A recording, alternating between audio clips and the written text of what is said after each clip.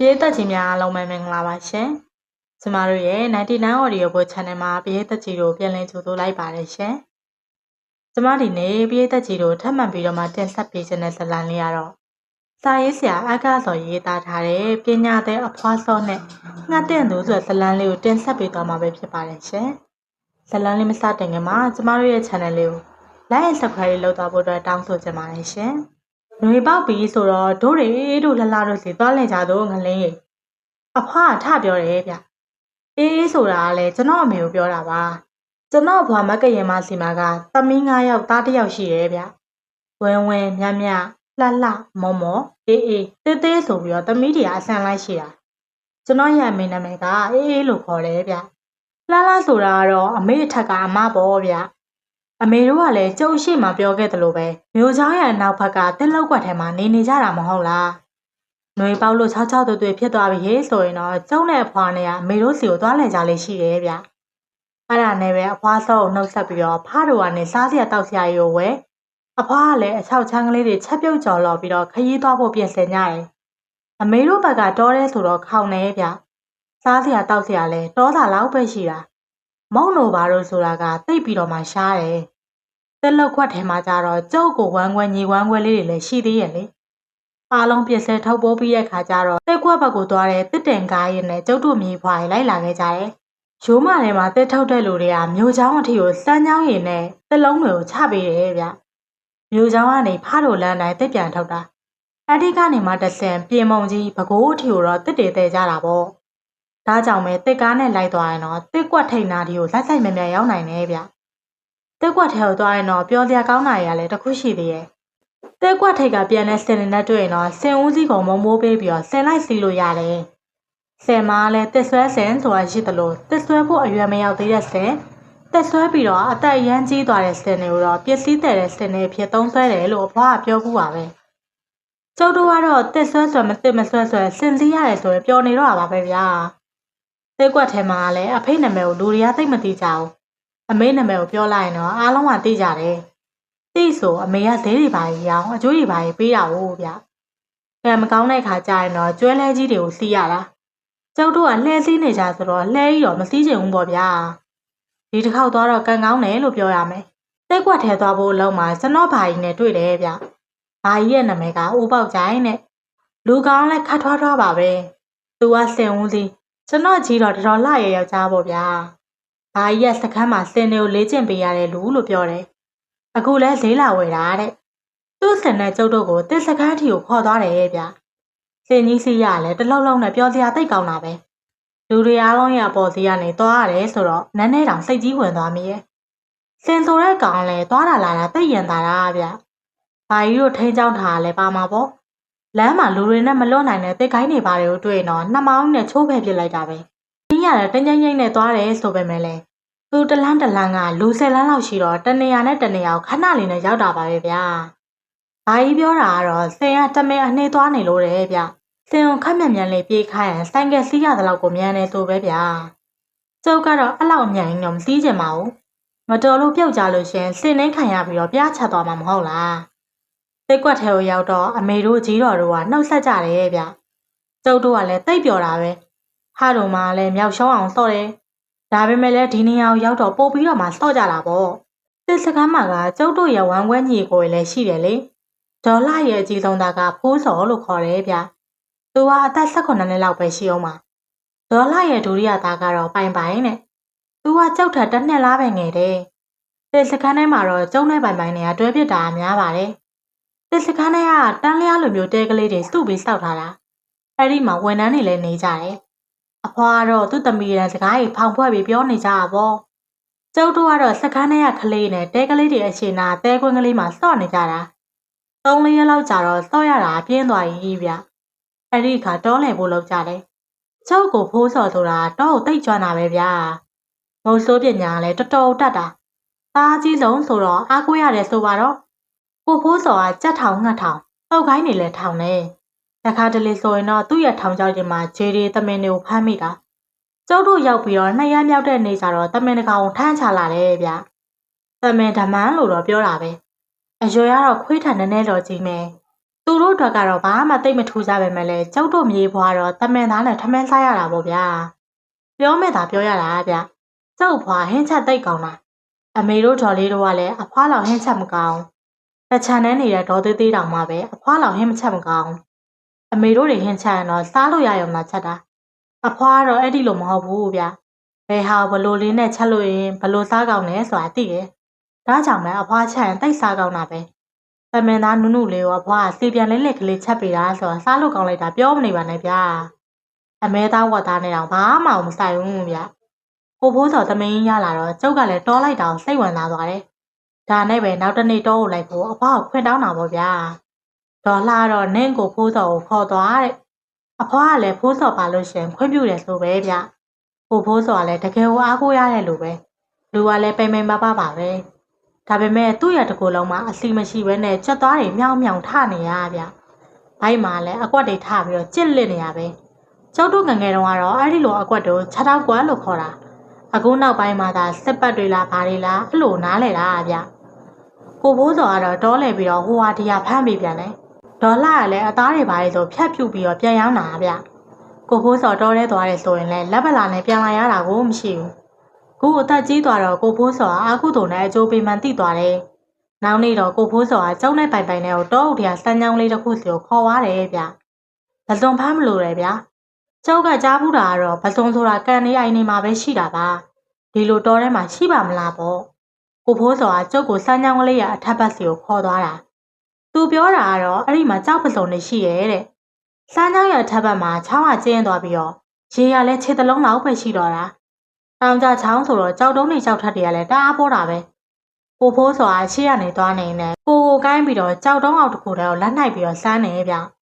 စမ်းပြီးတော့လက်ကိုပြန်ထုတ်လိုက်တာသူ့ရဲ့လက်ထဲမှာပစုံကောင်ကြီးပါလာတယ်ကြောက်ပစုံဆိုတာဒါကိုပြောတာဗျပစုံကလည်းလက်တမိုက်လောက်ရှိမယ်လို့ထင်တာပဲပစုံမှာလည်းလက်မတွေတောင်ပေါက်နေတာဗျအဲ့ဒီပစုံတွေကိုဖမ်းပြီးတော့ပလိုင်းကလေးတွေကိုထဲတယ်ပေါ့ဗျာကျုပ်တို့ကိုလည်းလိုက်ပြီးတော့ဖမ်းခိုင်းတယ်ကျုပ်တို့ဖမ်းတာတိတ်မမိပါဘူးဗျာလက်ကိုမျက်နှာနဲ့ပစုံတွေကတန်းပြေးရပဲကိုဖိုးစော်ကတော့ပစုံတစ်ကောင်တစ်ချက်ပဲဖမ်းတာဗျပစုံ90သားလောက်လည်းရရောတော်ပြီဆိုပြီးတော့ဟိုးထပ်ဘက်ကိုဆက်တက်ခဲ့ကြတယ်စမ်းကြောင်းထပ်မှာရေကန်ကြီးတကန်ဖြစ်နေရဲ့အဲ့ဒီရေကန်မှာငါးရီလည်းထိုင်များကြတာပေါ့ဗျာငါးလောက်ကတော့ကျုပ်လည်းများတတ်ပါတယ်ဗျမိုးရွေးရေကြီးလို့ကျုပ်တို့အိမ်နောက်ဘက်ကလှဲလန်းပေးကိုရေရှမ်းမေးဆိုရင်အဲ့ဒီမှာငါးရီထိုင်များနေကြလေဗျာပြောရရင်တော့ကျုပ်ကငါးများတာလည်းတိတ်ဆိတ်နေလို့တော့မဟုတ်ဘူးပေါ့ဒါပေမဲ့ဗျာအခုငါးများတော့ကိုဖိုးစော်ကြီးတကောင်မိတကောင်မိနေရဗျကျုပ်တကောင်မိတဲ့အချိန်မှာကိုဖိုးစော်က၄-၅ကောင်လောက်တောင်မိနေပြီတခါတလေကိုဖိုးစော်က9ကောင်သေးတာလေပါလာလို့ဂျိတ်ကလေးကနေပြန်ဖြုတ်ပြီးတော့လွတ်ပေးနေသေးတာအဲ့ဒီတော့မှပဲကိုဖိုးစော်လက်လန်သွားတာပဲဗျအဖွားပြောသလိုပဲအာကုတုံနဲ့အကျိုးပေးတယ်ဆိုတာတကယ်ဟုတ်တာဗျညနေလေးမိုးနဲ့ချုပ်မှာပဲကျုပ်တို့ပြန်လာခဲ့ကြတယ်နေဝင်သွားတာနဲ့ပဲတောအုပ်ကြီးကကြောက်စရာကောင်းလိုက်တာဗျကျုပ်ဖြစ်ကိုဖိုးစော်နာကိုတိုးကတ်ထားရတယ်ဟာငလဲမင်းဘာဖြစ်တာလဲကွာတရေကြောက်လို့ဗျအချိန်ကနိုင်ရိုင်းသိမ့်ညင်ကြီးနော်အဖွားကပြောဘူးလေနိုင်ရိုင်းသွင်းညင်ဆိုလို့ရှင်တရေတစ်စေတွေလှုပ်ရှားပျော်မျိုးကြတယ်တဲ့ဟာကွာမင်းကတော့ပောက်ခွေရရေပြောတော့မယ်ဒီမှာငလဲတရေဆိုတာတကယ်မရှိဘူးကွာဟာဗျာကျုံမြင်မှုပါဆိုမှပဲအပိုတွေပါငလင်းရတရေတစ်စေစုံဖုတ်ကဝေဆိုတာလူတွေထိတ်လိုက်အောင်လို့တမင်လျှောက်ပြောနေရရတယ်ကွာတကယ်တော့မရှိဘူးတကယ်သာရှိမယ်ဆိုရင်ငါနဲ့တွေ့ဘူးရမှာပေါ့ကွာငါဆိုရင်လေမင်းပြောတဲ့တရေတွေတပတ်ကြီးတွေကိုမြင်ရင်လို့ညာကြီးတကောင်တယောက်တည်းရှောက်သွားနေရကွာတော်ချမ်းပါလေဆိုတဲ့နေရာရဲ့မြေချမ်းပါလေဆိုတဲ့နေရာတောင်ငါတယောက်တည်းအချိန်မတော်သွားနေရပဲဘာမှမတွေ့ဘူးကွာဟာဗျာကျုပ်ကတော့တကယ်မြင်မှုပဲကိုဖိုးစော်ရတော်သားမှာကွာအဲ့ဒါမင်းကစိတ်ထင်လို့ရှောက်ပြောနေရပါကွာတော်ကောင်းကတခါပြောဘူးတယ်ကြောက်တက်တဲ့လူတွေကအမြင်လေးအတန်တွေကိုထဲအောင်ထဲမှာကြားရတယ်တဲ့ကွာအဲ့ဒါတကယ်တရေချောက်နေရမဟုတ်ဘူးသူတို့ရဲ့စိတ်ကသူတို့ကိုပြန်ချောက်နေတာကွာဘာမှကြောက်မနေစားရမှာနဲ့ကွာကိုဖိုးစော်ကတောအုပ်ဘက်ကိုလှည့်လိုက်ပြီးတော့ဟေးဒီတော့ထဲမှာတရေတစ်စေတွေရှိလို့ရှင်ထွက်လာခဲ့ကြကွာထွက်လာပြီးတော့ငါ့ကိုလာပြကြလေငါ့ကိုလာချောက်ကြကွာဟာဗျာကိုဖိုးစော်ကြီးကလည်းကြောက်စရာကြီးဗျာဒါပေမဲ့လည်းတောအုပ်တွေကဘာတရေမှထွက်မလာတဲ့ပြင်ဘာမှဖြစ်မလာဘူးဗျကိုဖိုးစော်ကလည်းရီကျဲကျဲလုံနေနဲ့ဟဲ့ကမင်းတွေ့တယ်မဟုတ်လားတရေရှိရင်ထွက်လာရမှာပေါ့ကွာအခုဘာမှထွက်မလာဘူးမဟုတ်လားကျုပ်ပြေကိုဖိုးစော်နဲ့ဘာမှပြိုင်မပြောချင်တော့ပါဘူးဗျာ ကိုဖိုးစောကတရေတကယ်မရှိဘူးလို့ယုံနေပုံပဲဗျရွာဦးစင်းပြောဘူးတလို့ဆိုရင်လူကျန်းရဲ့နတ်ကျန်းမခံနိုင်ဘူးဆိုတာဒါမျိုးကိုပြောတာဖြစ်မယ်လို့ထင်တယ်အဲ့ဒီညတော့ကျောက်တို့တွေဖမ်းလာတဲ့ငါးလေးတွေကိုအိုးကတ်ချက်တယ်ဗဇွန်ကလေးတွေကိုလည်းငါးငပိချက်ချက်ပြီးတော့တော်တရသီးလေးနဲ့တို့စားကြတာစားလို့ကောင်းလိုက်တာဗျာတော်တရသီးဆိုတာကအလုံးလေးခတ်သေးသေးကလေးပဲတော်တရသီးဆိုတာကအလုံးခတ်သေးသေးလေးပါလက်မလောက်ပဲရှိမယ်ထင်တယ်ကြီးသွားရင်တော့အထဲမှာအစစ်ရအပြည့်ဖြစ်သွားလို့စားစရာတိတ်မရှိဘူးတဲ့အသေးကင်းရောက်တဲ့အချိန်မှာပဲစားရတာဆိုပဲဆိုင်သီးလိုပဲကျွတ်ကျွတ်လေးနဲ့မှုေးနေရပဲဗျာအဖွားချက်တဲ့ဗဇွန်ကပိချက်လေးကလည်းရှဲဆိုတော့ချုပ်ပြစစာနဲ့စားထလိုက်တာထမင်းသုံးဘက်ကတော့ကုန်သွားတယ်ဗျကိုဖိုးစောလည်းပကံတွေကပစုံကောင်းတော့ကျုပ်ကိုခတ်ထဲပင်းနဲ့ဆဆငလင်းကြီးတို့ဘက်မှာဒါတွေကခဏခဏစားနေရတာကွာကျောက်ပစုံရတာကလည်းခတ်မှမှာပဲဗျချိုတာတော့ကျုပ်တို့စားနေကြပစုံတွေထက်ကိုတော်တော်ချိုတာကျုပ်ကလည်းခေါင်းမဖော်နိုင်အောင်စားနေမိရပဲ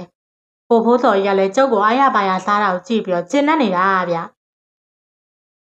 ကျုပ်ကိုကြီးထဲ့ကျွေးနေရကိုဖိုးစော်လည်းစားအောင်လေဗျာစားပါကွာငါဘလောက်ကောင်ကောင်တပတ်ကံပဲစားတာကွာဝမ်းကောင်းကျဲသွားမှဆိုလို့ဟဲ့သူပြောတာကိုကျုပ်ကနားမလည်ဘူးဗျကျုပ်တို့ကတော့စားမကောင်းတပတ်ကံစားကောင်းလို့ရှင်သုံးမကန်ပဲကိုဖိုးစော်ကတော့လှောက်ကြည့်နေအမေဒီအချိန်ဖိုးကောင်းကုန်းမှာငှက်တွေပေါ်နေလောက်ပြီဗျမနှက်ဖြတ်မနှက်စောစောငလင်းတို့တော့ငှက်သွားထောင်ပေးမယ်လို့ကျွန်တော်စိတ်ကူးထားတယ်အေးကောင်းသားပဲသားရဲ့ခါလေးချိုးလေးရရင်တော့သူတို့မြေးဖွားကိုကြော်ကျွေးကြတာပေါ့ဟဲ့ကောင်ကလည်းမင်းငါနဲ့လိုက်မလားကွာအတွေ့အကြုံရတာပေါ့လိုက်မှာပေါ့ဗျမနှက်ခင်းကြရင်ကျုပ်ကိုလာနှုံးတော့ဒေါ်လာထမင်းစားနေနဲ့ငှက်ထောင်တခြားငှက်တွေသာတွားထောင်တာမှာဟဲ့ရောင်ရင်ငှက်ကိုတော့နေမလောက်ပါနဲ့ကျုပ်တော်မှာထူးဆန်းသွားတယ်ဗျဟမ်ရောင်ရင်ငှက်ကဘာဖြစ်လို့လဲကြည်တော့ရဲ့ရောင်ရင်ငှက်ဆိုတာတိတ်ကိုသစ္စာရှိတာကွအဖိုးသေးလို့ရှင်အမကလိုက်ပြီးတော့တတ်သေးတယ်လို့ပဲအမသေးလို့ရှင်အဖိုးကလည်းတတ်သေးတယ်ပြီးတော့ရောင်ရင်ငှက်တွေဆိုတာသူတို့ရံပြူးတဲ့လူတွေကိုချိန်စာတိုက်တယ်ဆိုပဲရောင်ရင်ငှက်ချိန်စာတင်လို့ရှင်သေရောဟဲ့ကိုဖိုးဆိုတာလည်းရည်ရင်နဲ့ဟာဗျာမဟုတ်တာအမေကလည်းဘာလျှောက်ပြောနေရလဲဗျအဲ့ဒါတွေကခက်မမီတော့တဲ့ရှေးဟောင်းတွေးခေါ်တွေပါဗျာဒါတွေကလေတကယ်မရှိပါဘူးဗျအမလေးငါဆိုရဲ့တောစီတောင်စီလူစီဘလူစီဆိုတာရှိရတယ်ဟဲ့ကိုမျက်စိနဲ့မမြင်နိုင်မယုံကြည်လို့မရအောင်တော့ပါဗျာအမေရပေါက်တက်ကရယူစားတယ်အမေပဲယုံပါဟဲနင်းနဲ့တော့ခတ်တော့တာပဲငါဆိုရဲ့နေရတဲ့တော်ကောင်းကြီးနဲ့တတိထားပေါင်းဟဲ့ကိုလူကကိုမြင့်နဲ့လိုဆိုရှယ်လစ်လိုနဲ့ရုပ်ဝါဒီသမားကြီးဒီလူကြီးဟောတဲ့တရားရတာနဲ့နားရဝနေတာမဟုတ်လားသူတို့တွေပြောတာအမှန်နေပဲအမေကတရေတစေဆုံးကဝေတရားအမေပြောတဲ့ကြိမ်သာတွေဆိုတာလူတွေကြောက်အောင်လို့တမင်6ပြောနေတဲ့အရာတွေအမေကရောင်ရင်ငှက်ကလည်းငှက်ပဲကျုပ်တို့လိုအသွေးနဲ့ကိုအသားနဲ့ကိုပဲတိုက်ရင်လည်းတေးတာပဲလေငါစောနေဟာလေအသက်ကလေးနဲ့ရလာတော့ငါစကားနားအောင်မထောင်ညင်တော့ဘူးနေငါစကားနားမထောင်တနေ့ဒုက္ခရောက်လိမ့်မယ်ဟဲ့သိရလားဟာဗျာအမေအဲ့ဒီလိုကျုပ်ကိုချိန်တော့မှကျုပ်ကတကယ်ဒုက္ခရောက်မှာဗျာသိလားကိုဖိုးစွာလည်းထမင်းတစ်ပကံဆွဲပြီးတော့အိမ်နောက်ဝေးကိုထသွားတော့ပါပဲအခုတော့ထမင်းဝမ်းကနေပြီးအယူစားတစ်ခုကြောင့်ရန်ဝမ်းဖြစ်သွားရပေါ့ဗျာအဲ့ဒါသာကြည့်ပါတော့အမေရဲ့အမေမြင်ကငငယ်တော့လိမ်ပါတလားအခုကြီးလာတော့လေကြက်ကန်ကန်ဖြစ်လာတာအမေရဲ့စိတ်ထဲမှာဝင်ရဲ့လူကြီးနဲ့လူငယ်ဆိုတာဒီလိုပဲအမြင်တွေကွာကြတာပဲဟဲ့သူတို့ကတိုးတက်တဲ့ခေတ်ကလူတွေဆိုတော့ပိုဆိုးတာပေါ့သမီးရဲ့အဖွားတော့နှစ်သိပ်ပေးရှာတယ်ဗျာကျုပ်ကအမေအိမ်ပြန်ရောက်တယ်ဆိုပေမဲ့လည်းအဖွားနဲ့ပဲအိတ်တာအဖေနဲ့ဘာကြီးနဲ့ဒီနောက်တန်းစခန်းမှာသိပ်ပြီးမနေဘူးဗျသူတို့ခေါ်ရတော့ဒီစခန်းကိုနောက်တန်းစခန်းလို့ခေါ်တာတစ်တကယ်ခောက်တဲ့နေရာတွေကိုတော့ရှေ့တန်းစခန်းလို့ခေါ်ကြတာဗျညာကြီးတော့ကျုပ်အဖွားပေးမှအိတ်နေနေအဖွားကိုလေးတန်းတိုးတိုးလေးနဲ့မေးကြည့်ရဲ့အဖွားကိုဖိုးဆောင်ပြောတာတကယ်ပဲလားဗျတကယ်သက်စီလို့ဆိုတာတကယ်မရှိဘူးလားဟဲ့ငါမြေရမယုံလားသားကတော့ယုံနေအဖွားရဲ့အဖွားစောကပြဘူးလို့တပတ်ကြီးတို့တရေကြီးတို့တခါမြင်မှုတယ်ဗျသားယုံနေဆိုရင်လည်းယုံလိုက်ပေါ်သားရဲ့သူများယုံတာမယုံတာသူ့အပိုင်းပေါ့သွားညင်လို့ရှင်အလကားရံဖြစ်တာပဲဖတ်တယ်မဲကွကဲအိတ်တော့နော်မနှက်ချလို့ရှင်ဖိုးစော်နဲ့ခတ်ထောင်လိုက်သွားမှမဟုတ်လားကျုပ်ကလည်းမောနဲ့အိတ်ချလိုက်တာပေါ့ဗျာမနှက်လင်းတော့အဖွားကျုပ်ကိုလာနှိုးတယ်ဗျမိုးတောင်မှကောင်းကောင်းမလင်းကျန်သေးပါဘူးဗျာကိုဖိုးစော်လည်းငှက်ထောင်သွားဖို့ကအစင်းသင်းဖြစ်နေပြီဗျဟာစောလိုက်လားကိုဖိုးစော်ရငှက်ဆိုတာဆော့ဆော့အစာချထွက်တာကွာဒီထက်နောက်ကျလို့ရှင်လေဖမ်းမိဖို့ကမလွယ်ဘူးကွာကိုဖိုးစော်လည်းပိုက်တွေကိုလွဲထားတယ်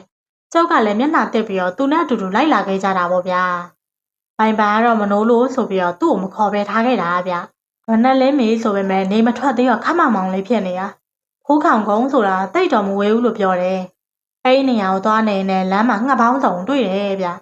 ငှက်တွေရလဲရွယ်စုံဆိုင်စုံပါပဲကိုဖိုးစောကတော့ငှက်တွေကိုလက်ညှိုးထိုးပြီးတော့အဲ့ဒါဘာငှက်ဆိုပြီးတော့ပြောပြနေရဗျကျုပ်ကတော့စိတ်ဝင်စားနိုင်ပါဘူးဗျာအဲ့ရေးရမိုးကတော့လူကညီးစစ်စီနေဗ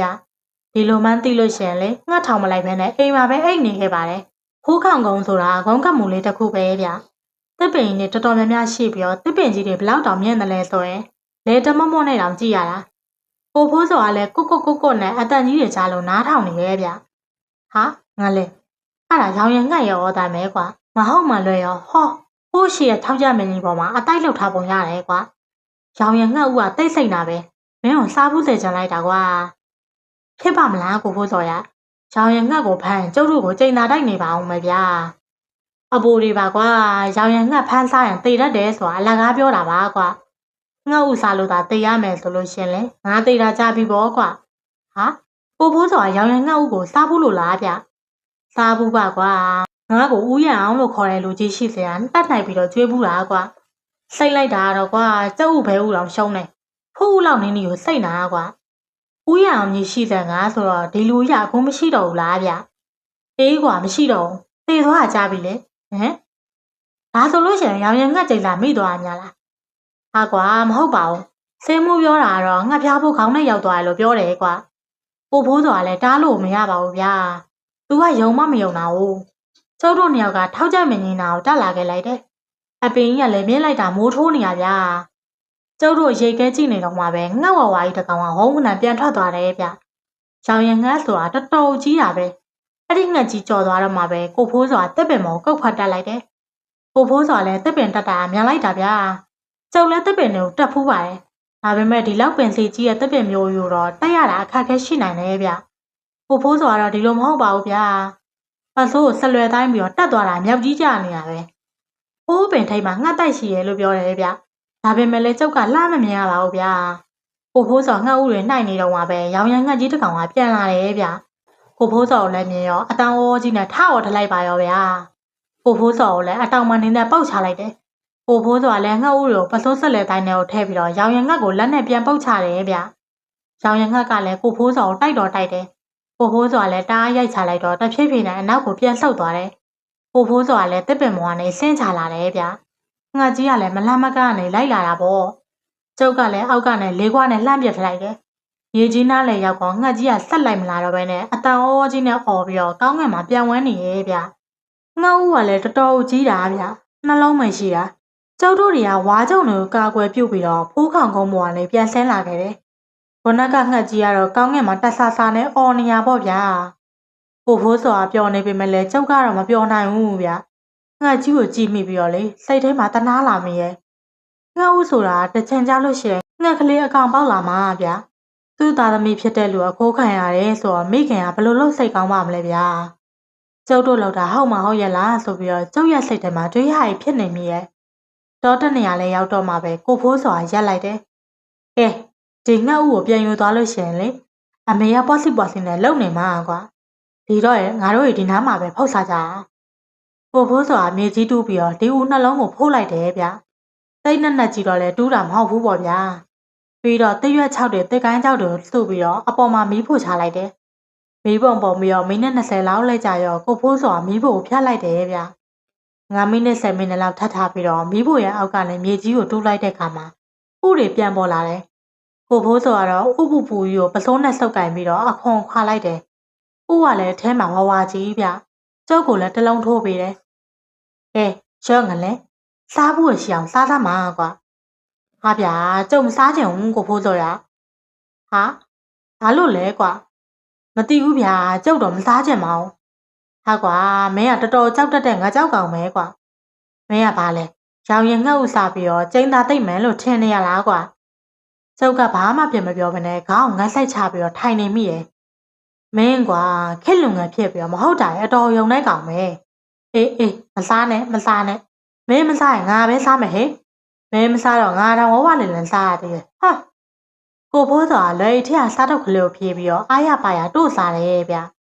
တော်တက်တဲ့လူတွေကတော့စားတုပ်တွေကတော့တဲနေကြပဲတဲ့ကျုပ်တော့သူပလုတ်ပလောင်းစားနေတာကိုကြည့်ပြီးတော့စိတ်ထဲမှာကြောက်တလူလူရွံ့တလူလူဖြစ်လာခဲ့တယ်ဗျငါလဲငါရောင်ရင်ငှက်ဦးနှိုက်စားတာအမေကိုတော့ပြန်မပြောနဲ့နော်ဟာဗျာမပြောပါဘူးကိုဖိုးစောကလည်းအေးမင်းပြန်ပြောလို့ရတာမင်းငါနဲ့တွေ့မယ်နော်ပူစားပြီးတော့ကျုပ်တို့ငှက်ထောင်မှုဆက်ထွက်လာခဲ့ကြတယ်ဗျကျုပ်ပြန်ဘိုက်စာလုံးအဖွားထည့်ပေးလိုက်တဲ့မုံတစ်ခုကိုဖောက်စားလိုက်ရတယ်အဲ့ဒီနေရာငှက်တရားလည်းတော်တော်ဖမ်းမိတယ်ဗျို့ကျုပ်ကဖះเจ้าကန်တာနေတဲ့လူမို့လို့လားမသိဘူးဗျာဒီနေ့ပိုက်ထောင်ပြီးတော့ဖမ်းခဲ့ရတဲ့ငှက်ကလေးတို့စားလို့မဝင်ဘူးမျိုးလည်းမကြဘူးဖြစ်နေတယ်ဗျမနေ့ကပစုံဟင်းနဲ့စားလို့ဝင်တယ်လို့ဒီနေ့ငှက်ဟင်းနဲ့ကြာမှထမင်းတစ်ပတ်ကတော့မငနဲကောင်အောင်စားခဲ့ရတယ်ဟာဟဲ့ကောင်ကလည်းဟဲ့စားလေကွာငါဆိုတာနင်တို့ဘာမှစားရခဲ့တယ်မဟုတ်လားကွာငင်းမကောင်းတာနဲ့ပဲတကောင်လားပဲစားပြစ်တယ်ဗျအဲ့ဒီညကြတော့ပြဿနာတက်ပါလေရောဗျကိုဖိုးစော်တယောက်ကတဟင်းဟင်းနဲ့ညီးပြီးတော့အဖျားရည်တက်နေရဗျအဖွားကထပြီးတော့ဆေးတွေပါတိုက်တာနဲ့ပဲကျုပ်လဲနိုးသွားတယ်ကိုဖိုးစော်ကစောင့်တထဲခြုံပြီးတော့တကိုယ်လုံးကလည်းတုံရင်နေတာဗျညာကြီးတကောင်ဆိုတော့အိမ်မှာရှိတဲ့ဆေးကိုတိုက်ထားရတာပေါ့ဗျာဒါပေမဲ့လည်း तू ကမတတ်တာဘူးဗျကြောင်6ချားရီអော်ပြီးတော့ဖျားနေတော့ဒေါ်လာလည်းအံ့ဩနေတယ်ကိုဖိုးစော်ကတခါမှဒီလိုအဖျားကြီးမဖျားဘူးတဲ့ကျုပ်ကတော့ရောင်ရငှက်ရကိုစားလိုက်မိလို့ချိန်စာတက်နေရထင်နေတာပေါ့လူကြီးတွေကိုလည်းထောက်လည်းမပြောရဲဘူးဗျကျုပ်ထုတ်ပြောလိုက်တာနဲ့ကိုဖိုးစော်ကြီးတည်သွားရင်ကျုပ်ကိုလုံနေမှာမဟုတ်လားဒါနဲ့ပဲစောင့်ကြည့်နေလိုက်တယ်ကိုဖိုးစော်ကလည်းတညလုံးမတတ်တာဘူးဗျမနက်မိုးလင်းကနေကြမှာငြိမ်ကျသွားတော့မနက်9 နာရီလောက်လဲရောက်ရောအမေတို့ကတစ်စခန်းဆေးမှုဆိုတာအဲ့ဒါကိုပြေးပြီးတော့ပြင့်နေဗျဟိုလူကလာဆန်းတော့စိတ်နှလုံးထိုးပေးသွားတယ်ငါဖျားတော့မဟုတ်ဘူးတဲ့ကောင်းသွားမှလို့တော့ပြောတာပဲကိုဖိုးစော်ကလည်းသတိမရဘူးပြောရက်ဖြူကြီးလန်ပြီးတော့တဟင်းဟင်းနဲ့ပဲအော်နေရထမင်းတွေဘာတွေလဲကြွေးမရစံပြုတ်လဲတိုက်မရဘူးဗျလူကတော့တောင်းတောင်းကြီးပဲဖြစ်နေရတနေ့လုံးတော့အဲ့ဒီလိုမျိုးအိတ်လိုက်ညီလိုက်နေဖြစ်နေရညနေရောက်တော့မှပဲဟုံးတန်းနေထကြပါရောဗျာအနာရှိတဲ့အိမ်ထရံတွေကိုလည်းကောက်ဖတ်တတ်တယ်အိမ်မောကနေပြေးစင်လို့ဆင်းပေါ့ဗျာလူတွေကလည်းသူ့ကိုဝိုင်းပြီးတော့ဖတ်ထားရတာတရက်အတွင်းမှာပဲမြက်တွင်းတွေချောင်ကျသွားပြီးတော့လူကတော်တော်မှကျသွားတယ်ဗျအသားကလည်းဖြိုဘက်ဖြိုရော်နေဖြစ်နေရညနေကျတော့စေမှုကိုတစ်ခါထပ်ပြရပြန်တယ်စေမှုကလည်းငှက်ဖျားမဟုတ်ဘူးပဲပြောနေရဗျရိုးရိုးတနက်ဖျားတယ်ဆိုပဲအဲ့ဒီညပဲတစ်ဆက်ခါကနေအဖေတို့ဘာကြီးကိုပြန်ချလာတယ်ကိုဖိုးစော်ကတော့တော်တော်ဆိုးဆိုးပဲဗျအဲ့ရကနေလူးလဲထပြီးတော့အိမ်မောကဆင်းပြေမဲ့ကြီးပဲလုံနေရသူ့ကိုဖမ်းထားတဲ့လူတွေကိုလည်းလက်သီးတွေနဲ့ထိုးခြေထောက်တွေနဲ့လိုက်ကန်နေရဗျနောက်ဆုံးတော့အားလုံးအဆင်ပြေသွားအောင်လို့ဆိုပြီးတော့တကူလုံးကိုကျိုးနဲ့တုပ်ထားလိုက်ရတယ်ဒေါ်လာတော့သူ့သားဖြစ်ကိုကြည့်ပြီးတော့ငိုနေတာပေါ့ဗျာဒီတော့မှလည်းကျုပ်ကလည်းရောင်ရင်ငှက်ကြောင်လူကြီးတွေကိုဖွင့်ပြောမှဖြစ်တော့မယ်လို့တွေးလိုက်မိရဲ့ဟိုလေအဲ့ဒီနေရာကိုဖိုးစော်ကရောင်ရင်ငှက်ဦးတွေကိုတတ်နှိုက်ခဲ့တယ်ကြီးတော့ရဲ့ဒေါ်လာမျက်လုံးပြူးသွားတယ်ဟဲ့နင်တို့စားခဲ့သေးလားငလင်းကျွန်တော်ကတော့မစားရဲလို့မစားဘူးဗျကိုဖိုးစော်ကြီးကတော့ဘာမှမဖြစ်ပါဘူးကွာဆိုပြီးတော့ငှက်ဦးနှလုံးစလုံးတယောက်တည်းစားပစ်လိုက်တာဟဲကြည်စမ်းဒီကောင်လေးကတော့ငါအတန်တန်တားနေရကြတွေကလှုပ်ဖြစ်အောင်လုပ်တာပဲကိုပေါ့ရေဒီတိုင်းဆိုရင်တော့ရောင်ရင်ငှက်ဖမ်းစားတာဖြစ်နိုင်တယ်တော့ကျုပ်တို့တော့တခုခုလုံမှဖြစ်မယ်အေးကွာတော်ရုံတော့အဖျားဆိုလို့ရှင်ဆေးမှုစရာစိတ်တစ်လုံးထိုးလိုက်တာနဲ့တတ်တာရင်မဟုတ်လားအခုဟာကမနှက်ညကိုဆေးရ၄လုံးတောင်ရှိနေပြီကွာဒါဆိုရင်တော့မင်းပြောသလိုရောင်ရင်ငှက်ဖမ်းစားလိုက်တာပြန်ဖြစ်မယ်ကျုပ်တို့ဘလို့လုံးကြမလဲတော့အဘမိုးကတွေ့ကြုံတော့ရှိရဲကွာတော်တဲ့နတ်ဖမ်းစားတဲ့ဘာညာဆိုရင်သူပဲပြောဆိုပြီးတော့လှုပ်ပေးလိုက်တာသူ့ကိုသွားပင်ကြတာပေါ့ကွာနောက်တန်းစကန်းကအဘမိုးဆိုတဲ့လူကြီးကိုသွားပင်ကြတယ်ဗျဒီလူကြီးကလည်းပိန်ပပပဲစိတ်ကွက်ထဲမှာအသက်ကြီးဆုံးဆိုလာပဲဗျအဘမိုးကကိုဖိုးစော်မျက်ခွန်တွေပါလှန်ကြည့်ပြီးတော့စမ်းသက်ကြည့်နေသေးရဲ့အေးကွာဖြစ်နိုင်တယ်ဒါငှက်တဲ့နာပဲကွာငှက်တဲ့နေဆိုတာဘာလဲဗျငှက်တွေကလူတွေနဲ့ဝိညာဉ်ရံချိတ်ဆက်နိုင်တယ်လို့အယူဆရှိတယ်ကွာဒီငှက်တွေကစုံးနေကဝေတွေလိုပဲလူတွေကိုဖမ်းဆားနိုင်တဲ့ရောင်ရင်ငှက်ဆိုတာဒနာရီသမိုင်းနေရှိတယ်ငှက်ကဝေလိုလဲခေါ်ကြရလေကွာရောင်ရင်ငှက်ကိုဖမ်းမယ်ငှက်ဦးနိုင်မယ်ဆိုရင်တော့အဲ့ဒီလူကငှက်ပုတ်မခံရအောင်လုပ်ရတယ်ငှက်တောင်နဲ့ပုတ်ခတ်မိရင်တော့ငှက်ကဖမ်းဆားတတ်တယ်ဆိုပဲကွာကျုပ်တို့သားလေးကိုကဲပါအောင်ပါမိုးရဲ့အေးအခုအချိန်မှာတော့ဘာမှမတတ်နိုင်ဘူးမနက်မိုးလင်းတာနဲ့ကတော့ပွဲတစ်ပွဲပြင်ပြီးတော့ရောင်ရင်ငှက်ကိုသွားတောင်းမှကြတာပေါ့ကွာမနက်ရအောင်လို့ထိုင်ဆောင်နေကြရတယ်ဗျ ညအချိန်ကုန်ငဲလုံးနဲ့စိတ်ထဲမှာလည်းအဲ့လိုပဲထင်နေမိရမနက်လင်းတာနဲ့အဖေနဲ့ဘာကြီးတို့ကအလုပ်တွေရှုပ်နေကြရောနောက်တော့တောင်းကလေးတောင်းနဲ့ကိုငပြောနှစ်ဖီးအုံးသီးတစ်လုံးထည့်တယ်တပြေတွေပေါက်ပေါက်တွေလည်းပါတာပေါ့သမင်းနဲ့ထက်ညက်ခဲတွေကိုလည်းဆလောင်းမုံမှာထည့်ပြီးယူလာခဲ့လိုက်တယ်ကျုပ်ကလည်းမကြုံဘူးတော့လိုက်ကြည့်တာပေါ့ဗျာအဖမိုးကတော့ကတော့ပွဲကိုဒေါ်လာကိုရွက်ခိုင်းနေဗျသူကြတော့ထမင်းထည့်ထားတဲ့ဆလောင်းမုံကလေးကိုကိုင်းလာတယ်ဟိုတနေ့ကထောက်ကြမင်းကြီးရောက်ကိုရောက်လာခဲ့ကြတယ်အပင်ရောက်ကမြေပြမြောင်ကလေးမှာတော့ကတော့ပွဲနဲ့ဆလောင်းမုံနဲ့ချပြီးတော့အဖမိုးကရွတ်ဖတ်တယ်ဗျဒေါ်တောင်းနဲ့တောင်တောင်းနဲ့တွေကိုလည်းတောင်းမှန်တယ်ရောင်ရငှက်ကြီးကိုလည်းတောင်းမှန်တယ်ဒီခလေးကိုဖမ်းစားထားတာတွေကိုလွတ်ပေးဖို့ပေါ့ဗျာအဲ့ဒီလိုတောင်းမှန်နေတော့မှပဲထောက်ကြမင်းကြီးကတက်ခိုင်းနေတာတပြားပြားနဲ့လှုပ်လာတယ်ဗျတခြားတက်ပင်နေရမလို့ပဲဒီအပင်ကြီးပဲလှုပ်နေတာကျုပ်တို့ကထူးဆန်းနေဆိုပြီးတော့ကြည်နေတော့မှပဲကတော့ပွဲနဲ့ထမင်းစလောင်းကဘသူမှမတိုက်ဘဲနဲ့သူ့လိုလိုလဲပြီးတော့မှောက်ကျသွားတယ်ဗျအဖမိုးကတော့သိလိုက်ပါပြီခေါင်းမဲ့တစ်ချက်ခါပြလိုက်တယ်ပြောချင်တာကတော့ငှက်ကြီးနဲ့တောပိုင်တွေကခွဲမလွတ်ဘူးပေါ့ဗျာကတော့ပွဲတွေပြန်မကောက်ဖဲနဲ့ကျုပ်တို့တွေအကုန်လုံးအိမ်ကိုပဲပြန်လာခဲ့ကြတယ်အဲ့ဒီမနက်မှာပဲကိုဖိုးစောကအသက်ငယ်တယ်လို့ဖြစ်နေပြီဗျဒေါ်လှလည်းငိုနေတာပေါ့ဗျာအဖွားကိုကြည့်ပြီးတော့အမေမြေလေးကိုကြိုင်ပါအောင်ဆိုပြီးတော့ပြောနေသေးရအဖွားကလည်းစိတ်မကောင်းဖြစ်နေပုံရတယ်ဒီအချိန်ကျုပ်ကလည်းအကြံတစ်ခုရသွားတယ်အဖွားရေအဖွားဆက်ရှိသေးရဲ့လေဗျာအဖွားစောကရွာမှာလူနာတွေကိုစိတ်ခုပေးနေရမဟုတ်လားဗျတရေဖန်းစားတာဘလူးဖန်းစားတာတောင်ကုပေးနိုင်တာဆိုတော့ငါဖန်းစားရလောက်ကိုတော့ကုပေးနိုင်မှာပေါ့ဗျဒေါ်လှလည်းသဘောတူတယ်ဗျဒီလိုနဲ့ပဲကောက်ရိုးတမင်ဖြစ်ဖြစ်ရအောင်ဆွဲမယ်ဟဲ့ဆိုပြီးတော့ကိုဖိုးစောကိုဆင်းနဲ့တင်လာခဲ့ကြတယ်ကားကိတ်လေးရောက်တော့ဖားတို့ကားစီးပြီးတော့ပြန်ခေါ်လာခဲ့ကြတယ်ကိုဖိုးစောဆိုရင်2ရက်အတွင်းအယိုးပေါ်ရေးတင်ကလေးဖြစ်နေတာဗျကားကိုအဖွားစောရင်ရှိရအောင်လို့ပို့ခိုင်းရတော့ပါပဲကိုဖိုးစောကိုလူကြီးတွေကတွဲပြီးတော့အဖွားစောရဲ့အိမ်ပေါ်ခေါ်တင်လာကြတယ်အဖွားစောကကျုပ်တို့ရုတ်တရက်ရောက်ချလာတော့အံ့ဩနေပုံပဲဗျအဖွားကလည်းအစောရေလောက်ပါအောင်ဟဲ့ငါမြေတယောက်ကိုလေငှက်ဖမ်းစားတာခံရလို့ဟဲ့အဖွားစောကလည်းကိုဖိုးစောကိုစမ်းတက်ကြည့်ရဲ့ဗျပြီးတော့ခေါင်းမဲ့ခါပြတယ်တောင်းမှမာတဲ့ကရင်မရဲ့ငါသူ့ကိုကူးလို့မရဘူးဟဲ့အဖွားတို့ကလည်းအကုန်လုံးခြေကုံလက်ပန်းကျသွားတော့ပါဗျာအဖွားစောကလည်းသွေးစေးလို့အမှုံကလေးတွေကိုဖမ်းမလင်းနဲ့ကိုထုတ်ပြီးတော့သတင်းစာစက်ကူလေးနဲ့ထုတ်ပေးတယ်သူ့ကိုအိမ်ခေါ်သွားပြီးတော့ဒီစင်းမုံလေးနဲ့ရေဖြောတိုက်လိုက်ပါတဲ့အနည်းဆုံးတော့သူငြိမ်ချမ်းဖြစ်သွားတာပေါ့ကိုဖိုးစောကိုကျုပ်တို့အိမ်ကိုပဲခေါ်လာခဲ့လိုက်တယ်ဗျာအဖွားရဲ့အငယ်ဆုံးသမီးတော်သေးကလည်းအံ့နေရောပြီးတော့စိတ်မကောင်းဖြစ်နေတာဒေါ်လာတို့ကလက်တော်မလျှော့ကြံသေးဘူးဗျာ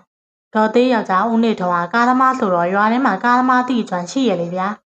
အဲ့ဒီကားသမားတွေကိုအကျိုးချောင်းပြောပြီးတော့ဘကိုးစိမ်းအောင်တီကိုပို့ဖို့ဆုံးဖြတ်လိုက်ကြတယ်မရရင်ရန်ကုန်ထိဆင်းကူမယ်ပေါ့ဗျာဒေါ်သေးကငှားသွားနေတော့မှပဲကိုဖိုးစောရင်ပတ်ကြီးမောက်တက်လာပြီးတော့ရောင်ရငှက်ကြီးော်တယ်လို့အတောင်အောကြီးနဲ့လိုက်ော်ပါလေရောဗျာကိုဖိုးစောရဲ့ရင်ပတ်ကြီးကဘောလုံးကြီးထည့်ထားသလားတော့မှတ်ရတယ်ဟောင်းကြွားနေရဗျာအဖွားတို့ကဝိုင်းပြီးတော့ပြုစုနေတော့မှပဲကိုဖိုးစောကမျက်လုံးကြီးပြူးပြီးတော့အသက်ထွက်သွားပါရောဗျာကြောက်ပြန်မကျင်တတ်ဘူးဗျာ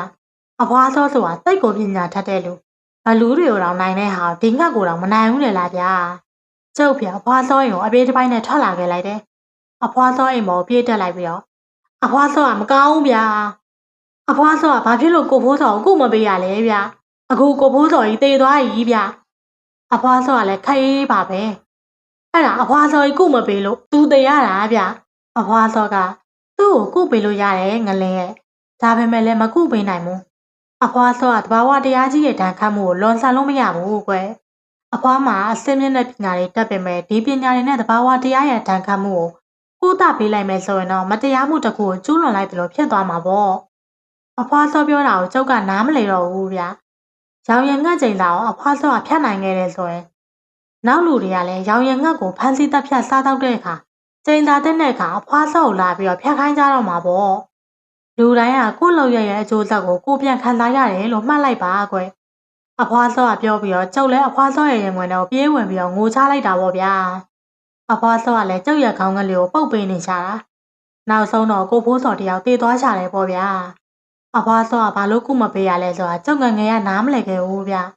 အခုကြီးလာတော့မှပဲအဖွားစောကဘာဖြစ်လို့ကုမပေးရလဲဆိုတာနားလေတယ်လို့ရှိလာခဲ့တယ်တကယ်တော့အဖွားစောပြောရလဲမှန်ခဲ့ပါတယ်ရောင်ရငှက်ချိန်သာကိုဖြေလို့ရတယ်ဆိုရင်လူတိုင်းကရောင်ရငှက်ကိုလိုက်တက်စားနေတော့မှာပေါ့ဒေါ်လာကတော့သူ့ကိုယ်သူအပြစ်တင်လို့မဆုံးပေါ့ဗျာသူဒီလိုမျိုးတစ်ကွက်ထဲမှာနေလို့သူ့သားဖိုးစော်ကလေးသေသွားရတာတဲ့ အဲ့ဒါနဲ့သူ့သားအငယ်ပိုင်ပိုင်ကိုအဖွားတို့စီကိုပို့ထားလိုက်တယ်သူတို့ကတော့တစ်လုံငန်းနဲ့အသက်မွေးရလူတွေဆိုတော့တိတ်ကွက်နဲ့ကင်းလို့ရတဲ့လူမှမဟုတ်တာဗျာ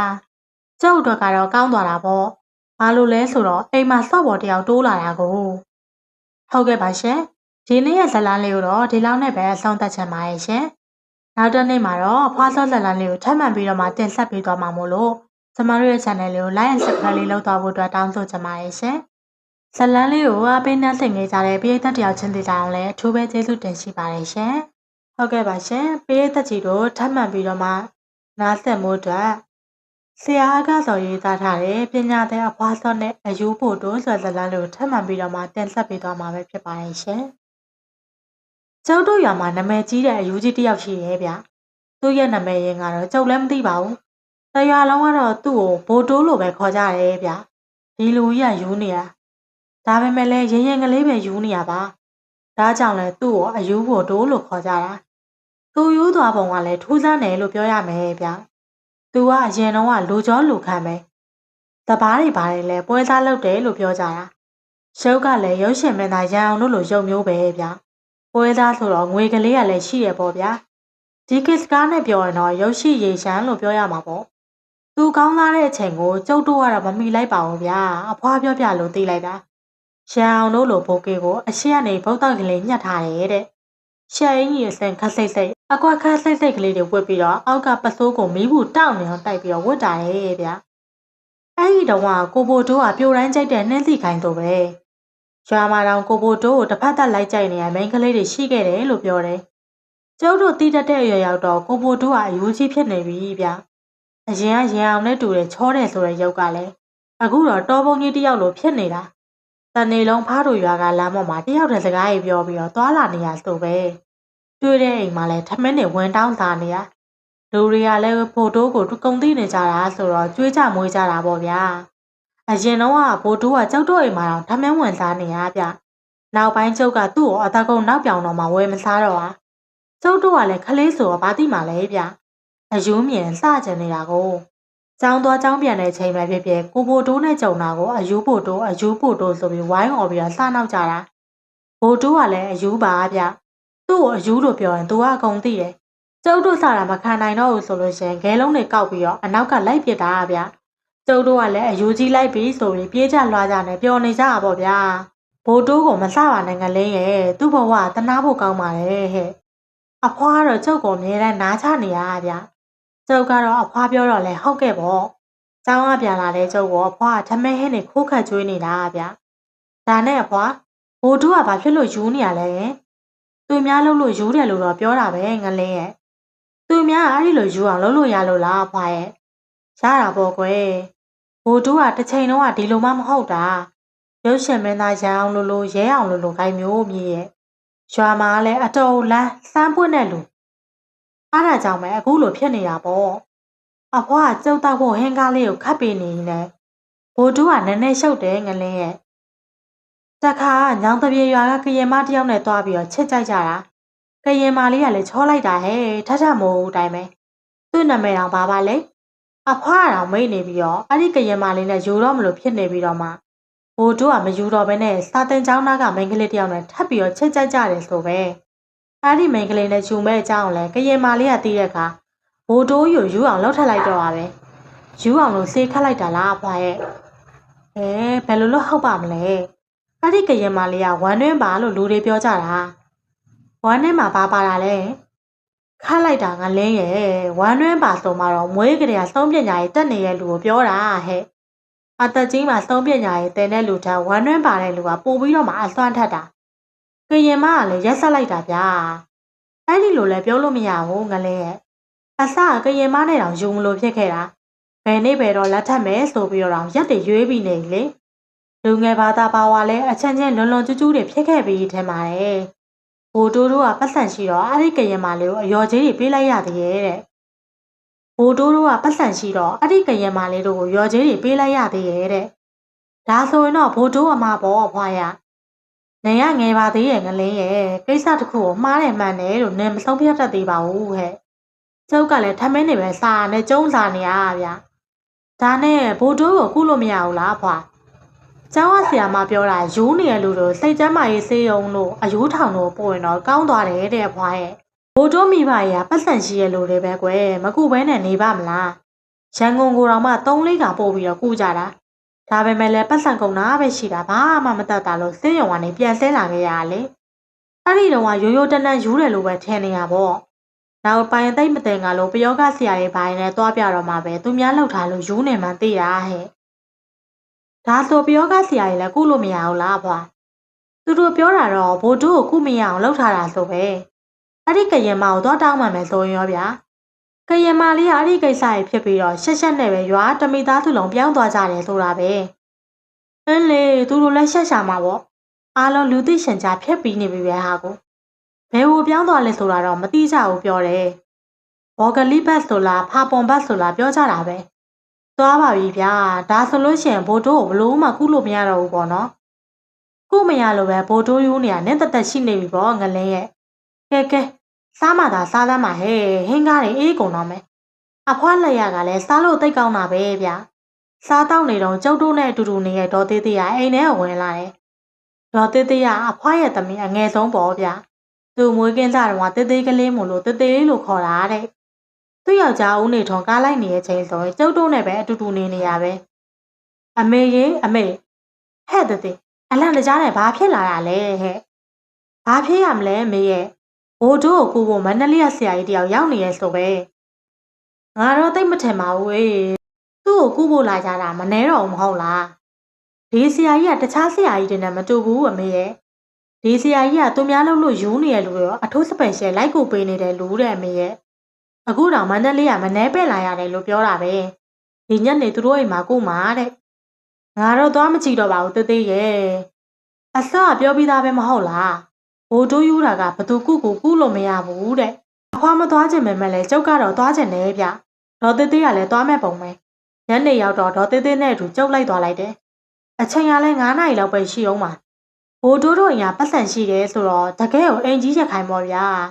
အိမ်ရောက်ထပ်မှလည်းဧည့်သည်ရှိတယ်အိမ်မော်တက်သွားတော့ဖယားကန်းထိတ်မှာအဲ့ဒီဆရာကြီးဆိုတဲ့လူကထိုင်နေရဗျဆရာကြီးရဲ့ရှေ့မှာတော့ဘိုးတို့ကကုတ်ကလေးထိုင်နေရရွာတွေကလူတွေကလည်းမနေဘူးပေါ့ဗျာခက်လေးဆိုလို့ကျုပ်ကတယောက်ထဲပါလား9 နာရီခွဲလောက်ကြတော့ပွဲတွေပါပြင်ပြီးမီးတွေပါထုံးပြီးတော့ကုသရေးစားကြရဲပေါ့ဗျာအဲ့ဒီဆရာကြီးပြောတာမကောင်းတဲ့အတိုင်းနဲ့လှုပ်ထားလို့မကောင်းတဲ့အပုတ်ချိန်မှာရွေးလို့ရတာတဲ့သူကစေးချိန်လုံးကြီးနဲ့ဘိုးတို့ရဲ့ခေါင်းဖိထားပြီးတော့ဘိုးတို့ကိုစစ်မေးပါတော့ရဲ့ဟိုစစ်ဒီစစ်ကြသေးရဗျဒါပေမဲ့လည်းနောက်ဆုံးတော့ဆရာကြီးကခေါင်းခါလိုက်တယ်ဘိုးတို့ရဲ့မေကလည်းတိတ်ကိုသိချင်နေပြီလေမရဘူးအမကြီးရဲ့သားကုလို့မရဘူးဘလို့ဖြစ်တာလဲဆရာကြီးရဲ့သူ့မှာဘာအားနဲ့ချက်ရှိနေလို့လဲအမကြီးရဲ့သားကိုစုံမတယောက်ကတစ်ချက်လွတ်တိုက်ထားတာဗျသုံးတိုက်ရည်ထဲမှာတစ်ချက်လွတ်ဆိုတာအပြင်းဆုံးပဲကုလို့လည်းမရဘူးကုရင်အမကြီးသားသေးလိမ့်မယ်အဖွားပြောတာမှန်နေတာပဲဗျနောက်ဆုံးတော့လဲဘိုးတို့ကိုဘယ်သူမှမကုနိုင်မယ်ဒီအတိုင်းပဲပြီးသွားတော့အဲ့ဒီဆရာကြီးကဘိုးတို့ကိုတတ်တာအောင်လို့ဆိုပြီးတော့စင်းနီမုံနေတော့ပြီးသွားပါသေးရဲ့ဘိုးတို့ကတော့ထောင်းတန်တိုင်းပဲလမ်းတကာလှည့်ပြီးတော့တယောက်တည်းစကားကြီးပြောနေရပဲဗျဒီတခါတော့အဖွားစောအိမ်ဘက်ကိုလှည့်ပြီးတော့ဝင်လာခဲ့လိုက်တယ်အဖွားစောကကျုပ်ကိုကြောက်ဖျုံရိုးတွေထောက်ကြွေတယ်ဗျသူ့အိမ်မှာလည်းဧည့်သည်ကမပြတ်ဘူးလေအဲ့ဒီဧည့်သည်နဲ့အဖွားစောကစကားပြောနေတာသူတို့တွေပြောတဲ့အထက်မှာယူအောင်ပြူသားတာရဲ့ဘာလဲပါနဲ့ကျုပ်ကမနေနိုင်လို့ထမေးလိုက်ရတယ်ဒါနဲ့အဖွားစောအယူဖို့တို့ကတော့တကယ်ကိုထိုးစားနေဗျမန္တလေးကအယူထိုးခုဆရာကြီးလာခုကတော့မရဘူးတဲ့ဗျခုမရတာတော့မဟုတ်ပါဘူးခုလို့ရပါတယ်အဲ့ဆရာကြီးပြောတာတော့တစ်ချက်လွတ်တိုက်ထားတယ်ဆိုလားပဲတစ်ချက်လွတ်ဆိုတာကစုံမတယောက်ကသေရင်သေမသေယူဆိုပြီးတော့တိုက်သွားတာဟဲ့အတိုင်းမထုတ်တတ်ရင်လူနာသေးတတ်တယ်တကယ်လို့အတိုက်ထုတ်နိုင်ခဲ့လို့ရှင်လဲတစ်ဖက်ကတိုက်တဲ့လူကသေတတ်တယ်နင်တို့ဆရာကြီးလက်ဆောင်သွားတယ်ဆိုတာသူ့ကြောင့်လူတစ်ဖက်သားသေမှဆိုလို့ထင်ပါတယ်ဒါဆိုအဖွားစောကကိုဘိုတိုးရကုနိုင်တာပေါ့နော်ဒါပေမဲ့လည်းဒါကလူတစ်ဖက်သားရဲ့အသက်တွေနဲ့အများကြီးဆိုင်နေတယ်ငလင်းရဲ့ပေါ့ဆာလုံးလို့မရဘူးအဖွားစောကုနိုင်မယ်ဆိုတာကြုံသိပါတယ်ဗျာရွာမှာအဖွားစောအတော်သုံးမဲမဟုတ်လားဗျာနောက်ပိုင်းတော့ဘိုတိုးကပိုဆိုးလာရဲ့ဗျာအယူရင်လာတယ်လို့ပဲပြောရမလားအရင်ကတယောက်တည်းစကားပြောပြီးသွားရကနေအခုနောက်ပိုင်းမင်းကလေးတွေ့လို့ရှင်စစ်စကားကြိုက်စကားရေးကြစကားတွေလိုက်ပြောတယ်ဗျာတချို့ဆိုဆွဲလာရန်လာနေတာမလုပ်တာအရင်ကသူ့ကိုစားတဲ့လူကိုလည်းခဲနဲ့ပဲလိုက်ထိုးတာအခုတော့ခလေးတွေတွေ့ရနေခဲနဲ့လိုက်ထိုးတယ် မပြေးမလွှားနိုင်တဲ့ကလေးတွေဆိုခဲတဲ့ကုန်တာဗောဗျာတခါလဲចောင်းသားကလေးတယောက်ကိုအုံနီခဲနဲ့ကောက်ထုတ်လိုက်တာခေါင်းပေါက်သွားလို့တော်တော်ရော်လိုက်ရသေးရဲ့ဗျာအဲ့နောက်ပိုင်းဘိုးတို့ကိုဒီတိုင်းမလွတ်ထားတော့ပဲအိမ်ထဲမှာပဲပိတ်ထားရတာဒါပေမဲ့လည်းမရပါဘူးဗျာဘိုးတို့ကသူ့ကိုပိတ်ထားလေတောင်းကျမ်းလေပဲအိမ်နေရန်တို့ကုတ်ဖတ်တက်ပြီးတော့ထွက်ရင်ထွက်တယ်အိမ်ပေါ်တက်ပြတဲ့မောက်ကခုံချရင်လည်းခုံချတယ်အဆိုးဆုံးကတော့အိမ်ကနေလွတ်ထွက်သွားပြီးចောင်းသူကလေးတယောက်ကိုဗီဇာစကားလိုက်ပြောအားဗျာចောင်းသူကလေးကလည်းကြောက်တော့ပြေးတာပေါ့အဲ့ဒါကိုဘိုးတို့ကစိတ်ရိုင်းဝင်ပြီးတော့ចောင်းသူကလေးကိုလဲဘင်းကိုညှစ်လိုက်တာလူတွေအတွေ့မြန်လို့သာတော်သေးရပေါ့ဗျာရက်ရွာလူကြီးတွေကလည်းဘိုးတို့ကိုထိုင်းချောက်ဖို့လုပ်ရတော့တယ်ဘိုးတို့ရဲ့မိကလည်းစီးပွားရှာနေလို့သူ့သားကိုလှည့်မကြည့်နိုင်ဘူးတခြားလူတွေကလည်းအယူဆိုပြီးတော့ဘသူမှမကြည့်ပေးကြဘူးဒါနဲ့ပဲနောက်ဆုံးဘိုးတို့မိကိုယ်တိုင်အဖွားစောစီကိုရောက်လာခဲ့တယ်ရက်ွက်လူကြီးတွေပါတယ်လည်းပါလာခဲ့ကြတယ်ငလင်းကတခါပြောဘူးတယ်အဖွားစောကဘိုးတို့ရဲ့ယောဂကုသပေးနိုင်တယ်ဆိုအေးလေအဲ့ဒါဘာဖြစ်လဲအဲ့ဒါဆိုရင်ဘိုးတို့ပြန်ကောင်းအောင်လို့အမေစောကုပေးပါကုံညာလောက်ကုန်မစေကျမပေးပါမယ်နင်တို့ငါတခါတည်းပြောလိုက်မယ်နော်ဘိုးတို့ကိုပညာတရားတခြားအလွတ်နဲ့တိုက်ထားတာတခြားအလွတ်တိုင်းဆိုတာအတိုက်ခံရတဲ့လူကယူရင်ယူမယူရင်သေးတာပဲဘိုးတို့ရဲ့အမေကခေါင်းညိုက်နေဗျသိပါတယ်အမေစောရဲ့ဘိုးတို့ကလို့ရက်ရွာဒုက္ခပေးနေရတော့ကျမဆက်ပြီးသိမခံနိုင်တော့ဘူးနောက်ပြီးတော့သူ့မှာတေမဲ့ကံပါတယ်ဆိုရင်လည်းသိပါစေတော့ကျမသားလူအယူဘဝနဲ့တစ်သက်လုံးမြင်နေရတဲ့သူ့ဘဝလည်းအေးချမ်းသွားတာကိုပဲမြင်ချင်နေပါရဲ့အမေစောရဲ့ဘိုးတို့မေကပြောပြီးတော့ငိုတော့တာပဲဗျမသိရလူတွေကတော့မိဘရဲ့ဖြစ်ပြီးရက်ဆက်တယ်လို့ပြောကြကြလိမ့်မယ်ကျုပ်ကတော့ဒီခါသားချက်ကိုနားလဲပါတယ်ဘိုးတို့ရဲ့စိုးသမျှကိုသူ့မိဘရဲ့ပဲဒိုင်းငံခံရတာမဟုတ်လားအခုဆိုရင်တော့ကျုပ်သက်ပဲရှိနေပြီလေဘိုးတို့မေကဒီလိုဆုံးဖြတ်ချက်ချလိုက်တာကိုကျုပ်ဖြစ်မလွန်ဘူးလို့တွေးမိတယ်အဖွားစောကလည်းခေါင်းညှိလိုက်ရင်လည်းအေးလေဒါဖြစ်ရင်လည်းရှေ့လာမယ်လာပြညကြရင်ဘိုးတို့ကိုအိမ်ကိုခေါ်လာခဲ့ကြအဖွားစောကလည်းပြင်းထန်တဲ့ရှိရတယ်ကိုပြင်ဆင်ဖို့မှားလိုက်သေးရဲ့ဗျအတူပြောရရင်တော့လာပြင်းနေ့ကိုရောက်လာတာပေါ့ဗျာအဖွားစောကလည်းဘိုးတို့ကိုညဘက်ကြီးချိန်လိုက်တာဗျဟိုဆရာကြီးကုသလိုပဲအပေါက်ချိန်မှာကုလို့ရလားမသိပါဘူးဗျာ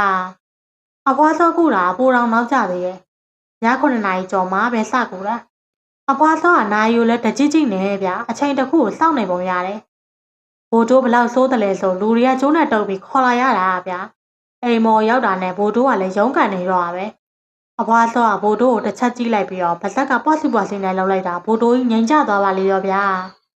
သူ့အချီကကျမ်းမြောင်ပုတ်ပြပြီးတော့ဒီမှာလာထိုင်လို့ပြောလိုက်တာနဲ့ဘိုးတို့ကလည်းလာထိုင်နေဗျအဖွားစောကဘိုးတို့ကိုဖះကန့်ရှိမှကုလာတော့မဟုတ်ဘူးသူတို့ရဲ့အိမ်ရှိကဝယန္တာလိုလှုပ်ထားတဲ့နေရာကလေးမှာထိုင်ခိုင်းလိုက်တာဗျကျုပ်တို့ဘက်ကအိမ်တွေပုံသားအဲ့ဒီလိုမျိုးပဲလေဗျနှစ်ထပ်အိမ်တွေဆိုရင်အိမ်ပေါ်တက်အရှင်းမျက်နှာစာမှာဝယန္တာကြီးလိုလှုပ်ထားတာအဲ့ဒီမှာလူကြီးခန်းဆောင်လောက်တက်သားချောင်းလေးတွေကိုအလှကွက်ဖော်ပြီးတော့ရိုက်ထားလေးရှိတယ်အဖွားစောကလည်းဘိုးတို့ရဲ့ငယ်တွေကလေးကိုလက်နဲ့အုပ်ကင်ပြီးတော့မျက်လုံးကိုမှိတ်ပြီးအာယုံခံနေရဲ့ဗျနောက်တော့ခေါင်းတညိမ့်ညိမ့်နဲ့သူ့ကိုလှုပ်တဲ့ကလေးမတော့လူဘဝမှာမရှိရှာတော့ဘူးကွဒါကြောင့်လည်းတစ်ချက်လွတ်ကတိတ်ပြီးစွမ်းနေရပေါ့ဒါဖြစ်လို့ရှင်ဘယ်လိုလုပ်ရမလဲမေစော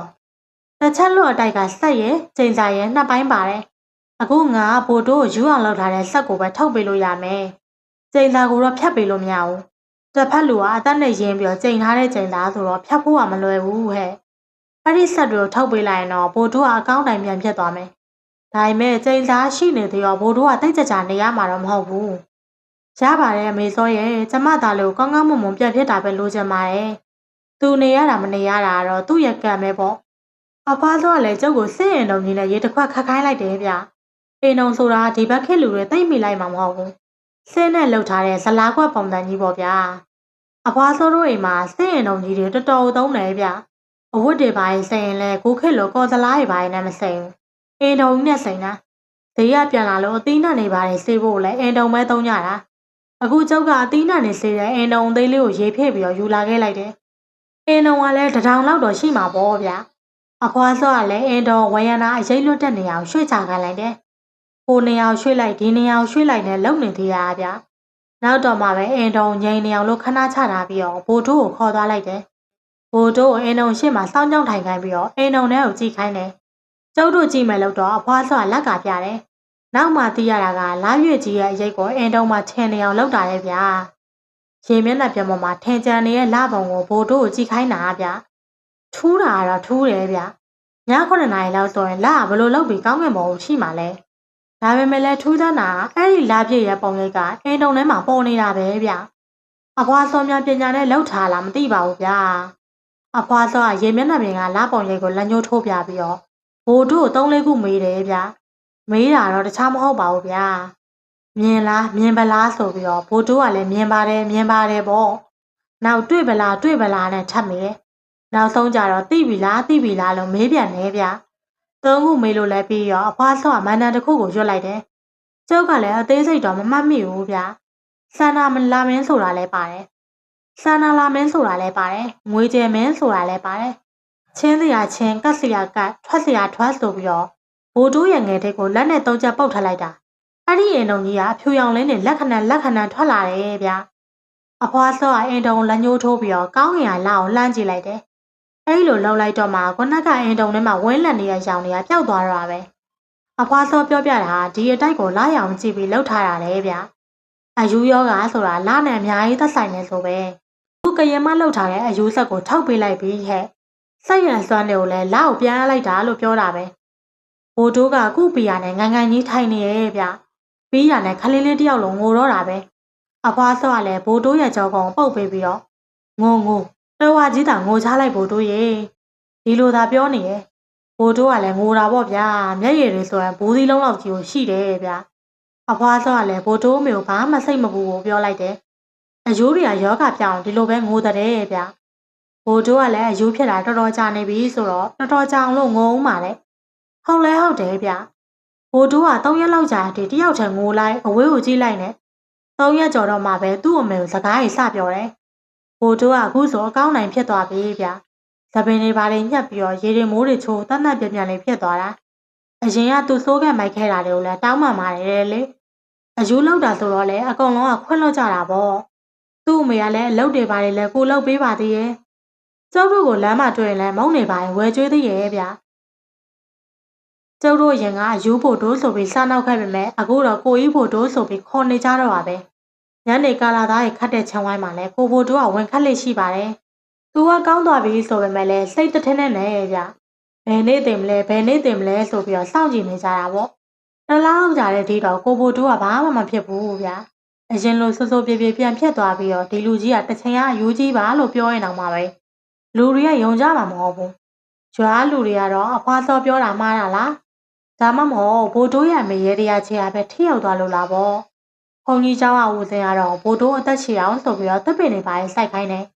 ဘုံကြီးเจ้าဝင်းထဲကဖျားစီတီဝင်းနေတယ်မှာလဲတပ်ပင်နေလူခိုင်းတယ်နောင်တပြေရွာဘက်ကသွားတဲ့လမ်းကလေးကိုလည်းမြေဖို့ပြီးတော့ပြင်ခိုင်းလိုက်တယ်ရိုးချောင်းကလေးကိုကူးတဲ့တရားကိုလည်းတသားရီပါရင်နဲ့ခိုင်ပြန်ဆောက်ခိုင်းလိုက်တယ်ဗျလူတွေကတော့ဒီကုသိုလ်ကြောင့်ဘိုးတို့အသက်ရှည်သွားတယ်လို့ပြောကြတာပဲ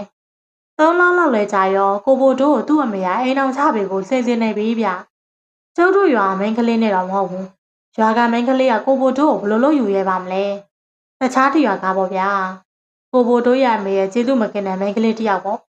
ကိုဘိုးတို့မင်္ဂလာဆောင်မယ်ဆိုတော့တရွာလုံးကလည်းပျော်ရွှင်နေကြတာပေါ့ဒါပေမဲ့မင်္ဂလာဆောင်ဖို့တပတ်လောက်လိုမှပဲကိုဘိုးတို့တယောက်တည်သွားတော့တယ်ဗျတည်သွားတာလည်းစမ်းတယ်အဲ့ဒီနေရာလာပြင်းညကြီးဗျကိုဘိုးတို့ကညနေဆောင်တော့ခေါင်းမူးတယ်ဆိုပြီးတော့အိမ်မော်တက်ရီသွားတာညသက်ကောင်လောက်သွားခုံနှုတ်ကြည့်တော့အဲ့ရထဲမှာဆက်နိုင်သိနေပြီတဲ့ဗျာမတေခင်မျက်ရည်တွေလည်းကျထားတဲ့နဲ့ခေါင်းပေါ်မှာလည်းမျက်ရည်တွေကိုရွှဲနေတာပဲရွာလူတချို့ကတော့အဲ့နေနဲ့တည်သွားတယ်ဆိုတော့နှလုံးရောဂါလို့ယူဆနေကြတာလူတချို့ကတော့ကရင်မရဲ့ကျိန်သာထိပြီးတည်သွားတာတဲ့ကျုပ်ကတော့ဘာကြောင့်လဲဆိုတာမဆုံးဖြတ်တတ်ပါဘူးဒါပေမဲ့လည်းအဖွားစောပြောတဲ့စကားဘယ်တော့မှမမှားဘူးဗျာအဖွားစောကပြောခဲ့ပြီမဟုတ်လားအယူယောဂပြောင်းရင်မကြခင်သိမှာပဲဆိုပါလေဗျာကျုပ်ကအားရကြောင့်မလို့ထင်တယ်ဗျဘာပဲပြောကိုဘိုးတို့ရဲ့အဖြစ်ကအဲ့ဒီတုန်းကကျုပ်တို့ရွာမှာဟိုးလေးတစ်ကြောဖြစ်သွားသေးရဲ့ပေါ့ဗျာဟုတ်ကဲ့ပါရှင်ဒီနေ့ရဲ့ဇလန်းလေးကိုဒီမှာပဲဆုံးသက်ချင်ပါရဲ့ရှင်နောက်တစ်နေ့မှာလည်းပညာတဲ့အဖွားစောဇလန်းလေးကိုထပ်မံပြီးတော့မှတင်ဆက်ပေးသွားမှာမို့လို့ကျမတို့ရဲ့ channel လေးကိုစောင့်မျှော်အားပေးပြီးတော့နားဆင်ပေးဖို့တောင်းဆိုချင်ပါတယ်ရှင်အားပေးနားဆင်ကြတဲ့ပရိသတ်တယောက်ချင်းလေးတောင်အထူးပဲကျေးဇူးတင်ရှိပါတယ်ရှင်